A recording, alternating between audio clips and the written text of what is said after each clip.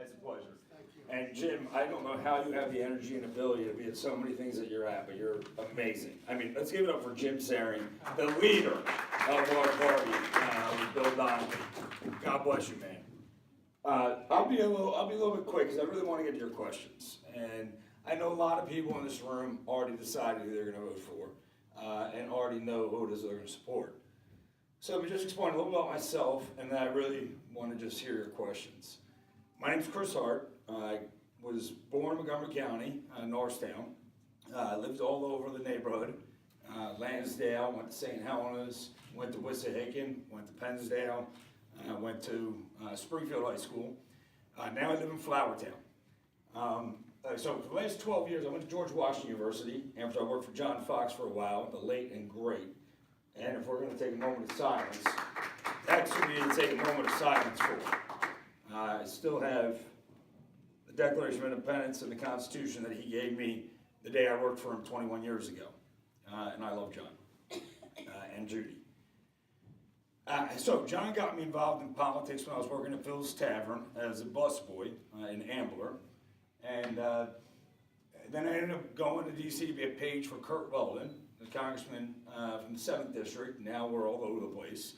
And then I went to George Washington University. And I studied politics. I was second vice chairman of the National Committee, College Broken National Committee.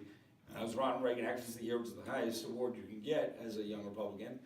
But then I got fed up with politics, and so I got out of it. I ran businesses for the last 12 years. I've had hundreds of employees. And unlike what Barack Obama thinks, I created hundreds of jobs. Business creates jobs. People create jobs. Government does not. So about a year ago, I decided I was going to get back involved in politics. I care very much about my family, my friends, and my neighbors, which awesomely live all over Montgomery County, so I could see them all the time. And I had this triangle that kept coming up in my mind. And on the bottom left corner was an appreciation and understanding of politics. Bottom right-hand corner was a real understanding and love of public service. And at the top was an absolute love of people. And that's my biggest weakness. I love people. I love talking with everybody, whether you agree with me or disagree with me, and I'll tell you whether I do or not.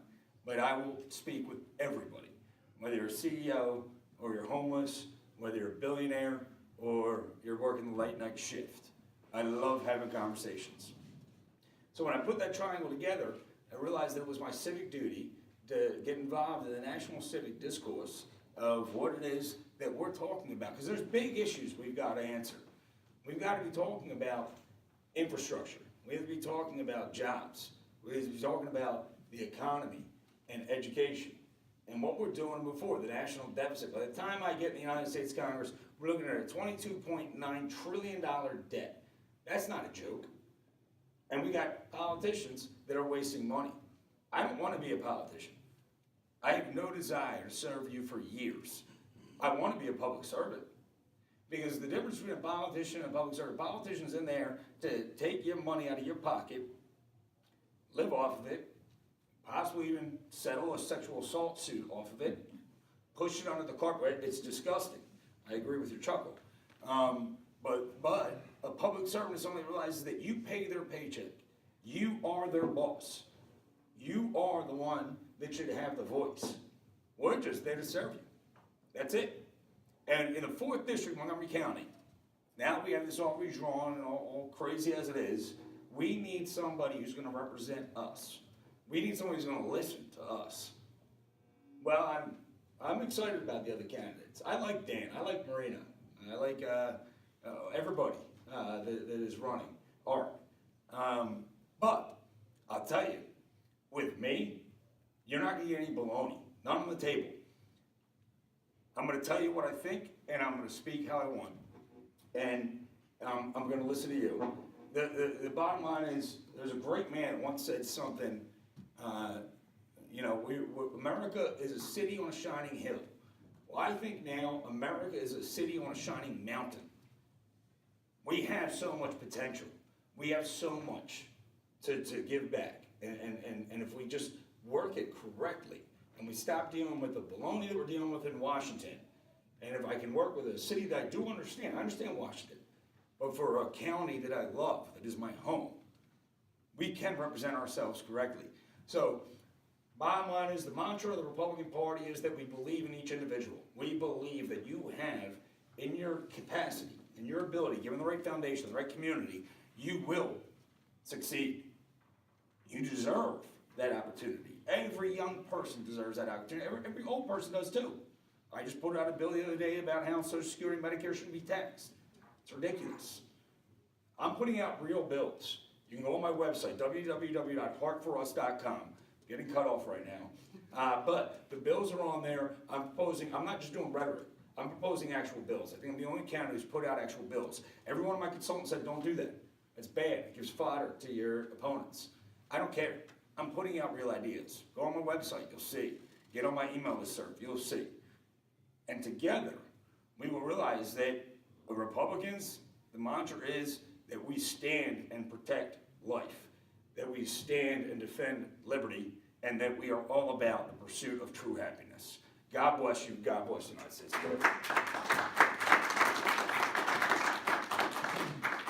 Any questions for Kris? Yes, sir. Kris, what's your plan for bringing out the Republican vote, especially in the western part of the county? Great question, sir. What was your name? Myron Goldman from Chelsea. Oh, Myron. Jeez, oh man. Sorry, these lights are biased. Myron, I'm sorry, Myron. Okay. In talking about the issues, it took me 40 minutes to get here from Flowertown. And I drove with one of my team members who's awesome, Kris Hart, a great young man. And I hit at least 40 potholes in the 40 minutes it took me to drive over here. So we got to talk about the issues. If we talk about jobs, we talk about economic prosperity, if we talk about health insurance, and if we talk, I lost my doctor because of Obamacare. I lost my insurance because of Obamacare. I was lied to. So if we talk about real issues and how it is that we're going to protect our children, how it is we're going to protect our Second Amendment rights, and how it is that we're going to protect life, liberty, and the pursuit of happiness, then we will win. We'll get those votes out. I actually think the western part of the county, and I was in Gilbertsville just the other day, they're the ones that we're going to need. But we're also going to need some of the independents. A lot of people I talk to are saying, I'm not a Republican, I'm not a Democrat. I don't go with either one. You got a lot of independents. And so we can't run hard right. You've got to run with the right ideas and principles. And so the issues are what's going to win it for us. With infrastructure, education, bottom line is if our kids don't have the resources, the opportunities, and the tools, and the technology that they need, and we're not giving it to them, and if teacher unions are protecting teachers that have 30 kids in front of them, and that teacher is doing badly, I think we should grade him or her just as much as we grade the student. And if we talk about the real issues, then we'll get the vote out and we'll win, Myron. I know we will. Any other questions for Kris? Yes, Doug. Yeah, Kris, Doug Hager, Area 4 leader. Have you strategized of how you plan on winning this race, giving the voter registration favoring the Democrats, and secondly, how are you going to raise the money that you're going to need to raise for this race, which is going to be millions of dollars? I appreciate that, Doug. Here's 600 pages of my campaign strategy and blueprint. Don't read them all right now. I'm not going to read you 600 pages, but right there, there's 18 bills. I'm the only person I think who's put forward 18 bills. I have a campaign blueprint strategy that's right there, and I'll share it with you. Most of it's on my website. We have a strategy. I have the energy, the vigor, and the passion that we will win this. And I hope Joe Hubbell's my opponent. Because in 1998, when he beat John Fox, I was there, John hugged me, and I cried like a baby. I'll be honest, it was in the newspaper, so I can't really lie about it. Right there is my strategy. And yes, we've got to raise the money. It's going to be about $1.2 to $1.5 million. I do have a professional fundraising company that just started for me. Today's Wednesday? I don't even know. Monday. And so we're working on raising that money. And with that plan right there, and the hard work, and the good people that are on my team, we will win this election. Now, when we run against Joe, or Mary Jo Daly, or Melinda Dean, I'm hoping it's Joe, we'll be able to beat them. Because we're going to beat them on ideas. And I'll be all over this county, everywhere, in order to have the conversations that we need to have. Because if the coolest thing I've learned in running for office, is that, you know, a year ago I was a little nervous that, oh, I can't be genuine. I can't tell you what I really think. I gotta BS you or just give you baloney. Now, the more I've gone through the campaign, and this is my third event today alone, the more I've learned that if you just say direct, and if you are who you are, got nothing to worry about.